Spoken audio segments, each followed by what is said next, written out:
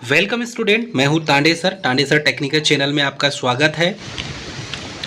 दोस्तों, Bharat electronics limited के द्वारा रिसेंटली डिप्लोमा कैंडिडेट के लिए और बीटेक कैंडिडेट के लिए वैकेंसी जारी की गई, जिसमें आईटीआई कैंडिडेट की भी कुछ वैकेंसीज यहां पर जारी की गई है। तो भारत इलेक्ट्रॉनिक्स लिमिटेड जो गवर्नमेंट ऑफ इंडिया इंटरप्राइजेस के अंडरटेकिंग में आता है, जो मिनिस्ट्री ऑफ डिफेंस के अंतर्गत ही आता है। तो भारत इलेक्ट्रॉनिक्स लिमिटेड जो नवरत्न कंपनी है इंडिया की, और इस इंडिया की भारत इलेक्ट्रॉनिक्स लिमिटेड में इलेक्ट्रॉनिक्स वेलफेयर नेवल सिस्टम मतलब एसबीयू, जिसे EWNS SBU of Hyderabad unit के नाम से जाना जाता है, परमानेंट बेसिस पर यहाँ से वैकेंसी जारी की गई है। यदि नंबर ऑफ पोस्ट की बात करें डियर कैंडिडेट, तो यहाँ पर आपको देखने मिलेगा इलेक्ट्रिकल इंजीनियरिंग असिस्टेंट ट्रेनी के लिए EAT के लिए, जिसमें 3 साल का आपका डिप्लोमा कंप्लीट होना चाहिए, polytechnic diploma in engineering from the recognised institute से, और वो भी इलेक्ट्रॉनिक्स एंड कम्युनिकेशन ब्रांच से होना चाहिए, जिसकी टोटल 12 पोस्ट है। और रिजर्वेशन पैटर्न यदि आप देखेंगे तो UR की इसमें 6 पोस्ट है, EWS की 1 है, OBC की 2 है, SC की 2 है और ST की 1 है। इसका पे ग्रेड यदि आप देखेंगे तो पे ग्रेड इसमें 7th पे ग्रेड है, और लगभग 24,500 से स्टार्ट होके 90,000 तक इसमें इसका अलावेंस के साथ में 90,000 रुपये आपको सैलरी मिलेगी।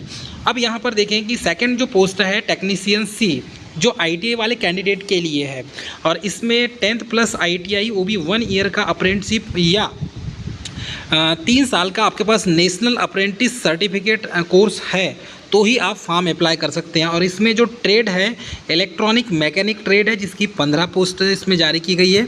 अब इसमें रिजर्वेशन पैटर्न यदि आप देखते हैं तो UR की 6 पोस्ट है, EWS की 2 पोस्ट है, OBC की 4 पोस्ट है, SC की 2 पोस्ट है और ST की इसमें 1 पोस्ट है।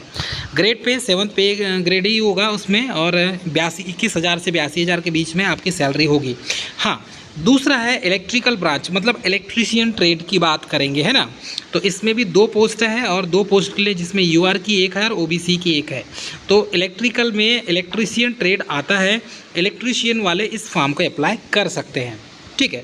इसके बाद जूनियर असिस्टेंट है, जिसमें BCom BBA 3 इयर्स के कोर्स होना चाहिए, वो भी रिकॉग्नाइज यूनिवर्सिटी से, जैसे BA BCom और BBM यदि ये है तो इसमें टोटल 3 पोस्ट है, जिसमें UR की 1 है, EWS की 1 है और OBC की 1 है। ऐसे 3 पोस्ट हो गए, और ये तीनों पोस्ट के लिए वैकेंसी जारी की गई है। हाँ, engineering assistant trainee EAT will be undergoes the training for the initial period of 6 month. Bangalore में आपकी ट्रेनिंग होगी, है ना। यदि इलेक्ट्रिकल इंजीनियरिंग असिस्टेंट ट्रेनिंग की पोस्ट है तो 6 महीने की आपकी ट्रेनिंग बेंगलोर में होगी, तब ही आपको इसका जो है आपको अलॉट किया जाएगा।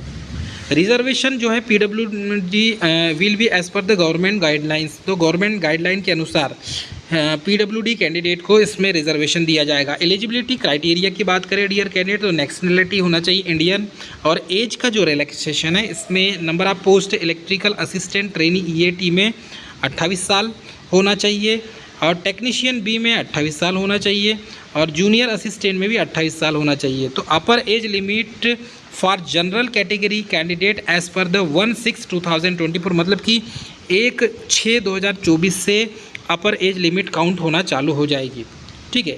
इस चीज़ को याद रखेंगे। हाँ, OBC कैटेगरी वालों को 3 साल का रिजर्वेशन मिलेगा, SC ST कैटेगरी को 5 साल का, और PWD कैटेगरी जो है उसको 10 साल का इसमें रिलैक्सेशन दिया जाएगा। तो इसके आधार पर सिलेक्शन किया जाता है। एजुकेशन क्वालिफिकेशन हमने आपको बता दिया, ठीक है। अब यहाँ पर इंजीनियरिंग में देखेंगे तो जैसे कि इलेक्ट्रिकल असिस्टेंट ट्रेनी EAT में आपको बता दिया 60% मिनिमम मार्क्स होना चाहिए। टेक्नीशियन C में भी 60% मिनिमम मार्क्स होना चाहिए, वो भी जनरल EWS और OBC के लिए। SC ST PW के लिए 50% मार्क्स होना चाहिए, ठीक है, क्वालिफिकेशन में। जूनियर असिस्टेंट में आप देखेंगे तो जनरल EWS और OBC में 60% एग्रीगेट होना चाहिए, SC ST में 50% एग्रीगेट होना चाहिए, इतना होना चाहिए डियर कैंडिडेट। तो ये अच्छी अपॉर्चुनिटी है, जिसके पास जिसके परसेंट कम है SC ST वाले, तो वो भर सकते हैं। एक्सपीरियंस इसमें नील है, इस बार कोई एक्सपीरियंस नहीं मांगा है, ये बहुत अच्छी अपॉर्चुनिटी। तो बहुत से स्टूडेंट इस फॉर्म को नहीं भर पाते थे। अब मेथड ऑफ सिलेक्शन की बात करें तो candidate meeting in the criteria will provisionally shortlisted for the selection process. The eligible candidate will be required to appear for written test, वो भी 120 नंबर का रिटन टेस्ट होगा, और रिटन टेस्ट में आपको पता है पार्ट 1 में जनरल अवेयरनेस पूछा जाएगा 50 नंबर का, और पार्ट 2 में टेक्निकल ट्रेड एप्टीट्यूड के 100 क्वेश्चन होंगे। ठीक है, आपके सब्जेक्ट से रिलेटेड होंगे, एक चीज़ याद रखेंगे। ठीक है, जैसे कि आपको मालूम है जनरल अवेयरनेस में general ability test, aptitude test, reasoning, ठीक है, analytical, comprehension ability, basic numerical, और इस टाइप से थोड़े थोड़े क्वेश्चन होंगे इसके। हाँ, एक चीज़ याद रखेंगे, पासिंग के लिए मिनिमम क्वालिफिकेशन क्राइटेरिया ओबीसी और जनरल के लिए है 35% part A and part B में, और SC/ST कैंडिडेट का 30% है part A and part B में। तो यहाँ पर भी थोड़ा सा रिजर्वेशन दिया गया है। पे अलावेंस की बात करें तो आपको सिलेक्टेड कैंडिडेट को आपको जो सैलरी मिलेगी वो 24,000 जो है पेड स्टाइपेंड के रूप में स्टार्टिंग में मिलेगी जब आप ट्रेनिंग करेंगे तब।